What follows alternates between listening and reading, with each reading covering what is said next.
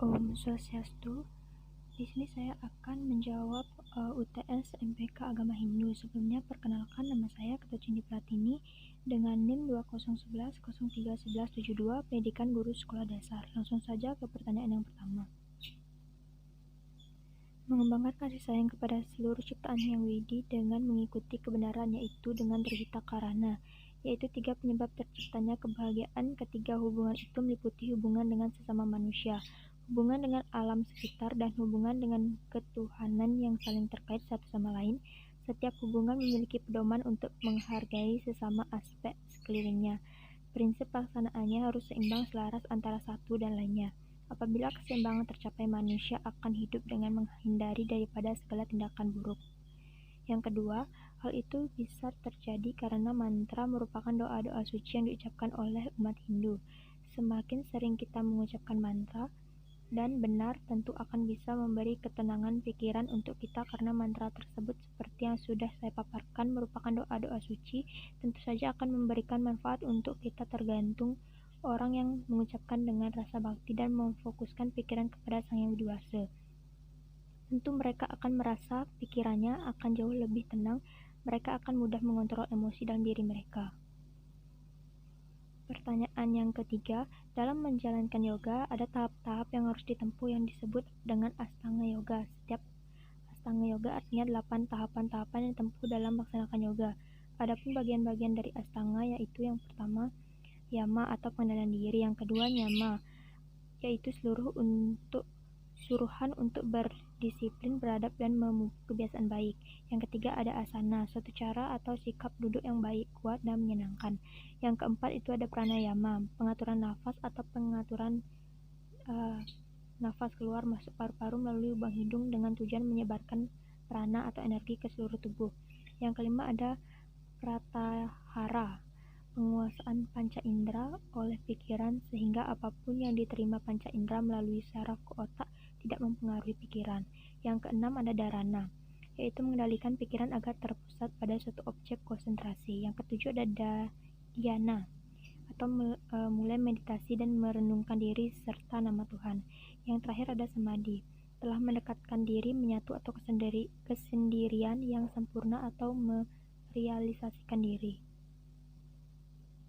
Yang keempat yaitu hubungan antara yoga, namaskar dengan kesehatan pranayama. Hubungan yoga sebagai jalan utama dari berbagai jalan untuk kesehatan. Penerapan ajaran yoga itu melaksanakan asana surya namaskar merupakan sikap tubuh dalam yoga sebagai bentuk penghormatan kepada matahari. Adapun tahapannya itu pranayama yang merupakan teknik pernafasan untuk meningkatkan asupan oksigen serta prana ke dalam tubuh. Yang pertama ada pranamasana, yaitu berdiri tegak dengan kedua kaki merapat dan meletakkan tangan dicakupkan di depan dada.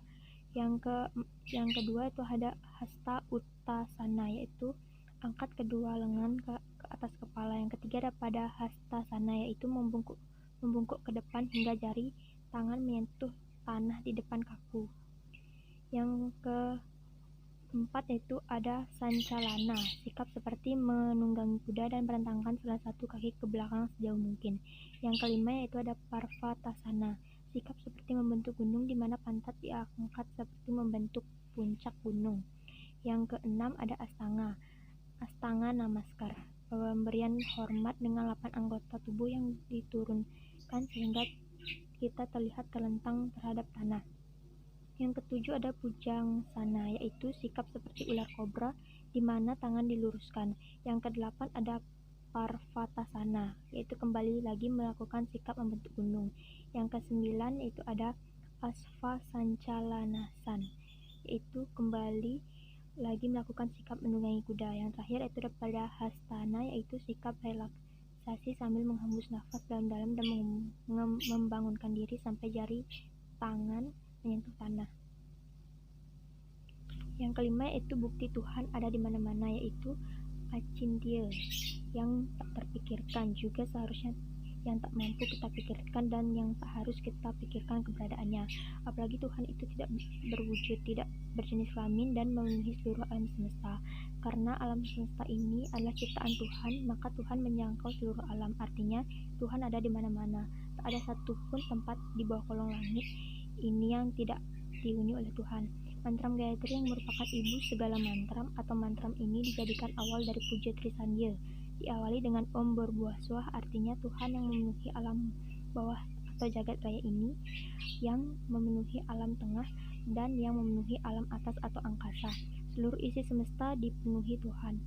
Kalau kita sudah yakin Tuhan ada di mana-mana dan ada di setiap tempat dan di setiap waktu, maka kita bisa memuja Tuhan di mana saja, bahkan pada saat yang bersamaan. Yang keenam yaitu kebenaran yang diajarkan dalam Bhagavad Gita, yaitu Trihitakarana, di mana merupakan lingkungan di tengah hantaman globalisasi dan homogenisasi. Pada dasarnya, hakikat ajaran Trihitakarana menekankan 3 hubungan manusia dalam kehidupan di dunia ini. Contoh dalam kehidupan sehari-hari yaitu menjaga hubungan dengan sesama manusia, menjaga hubungan dengan alam yaitu merawat tanaman sekitar, menjaga hubungan baik dengan Tuhan seperti melakukan puja Trisandya.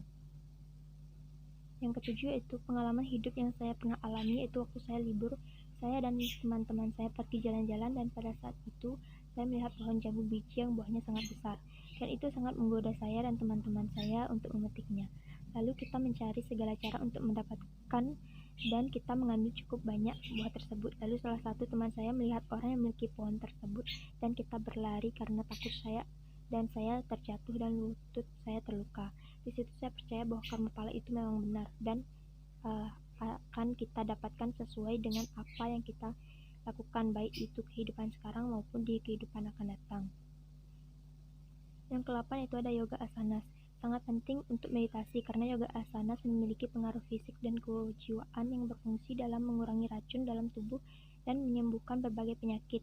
Yoga asanas dapat dilakukan tanpa mengenal perbedaan usia, jenis kelamin, jenis kulit, ras, dan lainnya. Yoga asana sangat baik untuk melatih konsentrasi dan meditasi, sehingga dapat meningkatkan kualitas hidup kita. Yang ke-9 yaitu ada penyucian diri. Untuk para pendeta disebut medikse atau pawintanan, itu disebut pandita atau pinandita. Upacara ini dilaksanakan oleh umat Hindu di Bali. Orang yang wajib mengikuti upacara ini adalah orang yang jadi pendeta dan umurnya minimal 40 tahun karena memiliki kematangan dan pengalaman dalam hidupnya. Tepat sehari sebelum melakukan upacara medikse ini, calon sulinggi atau pendeta tersebut diharapkan melakukan upacara nyakes, yakni berdiam diri di rumah seharian penuh untuk melakukan perenungan dan lebih mendekatkan diri kepada Tuhan yang Maha Kuasa, sebelum akhirnya menjadi pendeta yang tugasnya melayani umat Hindu. Yang ke-10 yaitu pengalaman hidup yang saya pernah alami, yaitu waktu saya libur dan saya dan teman-teman saya pergi jalan-jalan, dan pada saat itu saya melihat pohon jambu biji yang buahnya sangat besar, dan itu sangat menggoda saya dan teman-teman saya untuk memetiknya. Lalu kita mencari segala cara untuk mendapatkannya dan mengambil cukup banyak buah. Teman saya melihat orang yang memiliki pohon tersebut. Kita berlari karena takut dan saya jatuh, lutut saya terluka. Di situ saya percaya bahwa karma pala itu memang benar dan akan kita dapatkan sesuai dengan apa yang kita lakukan, baik itu di kehidupan sekarang maupun di kehidupan yang akan datang. Sekian presentasi jawaban UTS dari saya. Jika ada kesalahan kata, saya mohon maaf.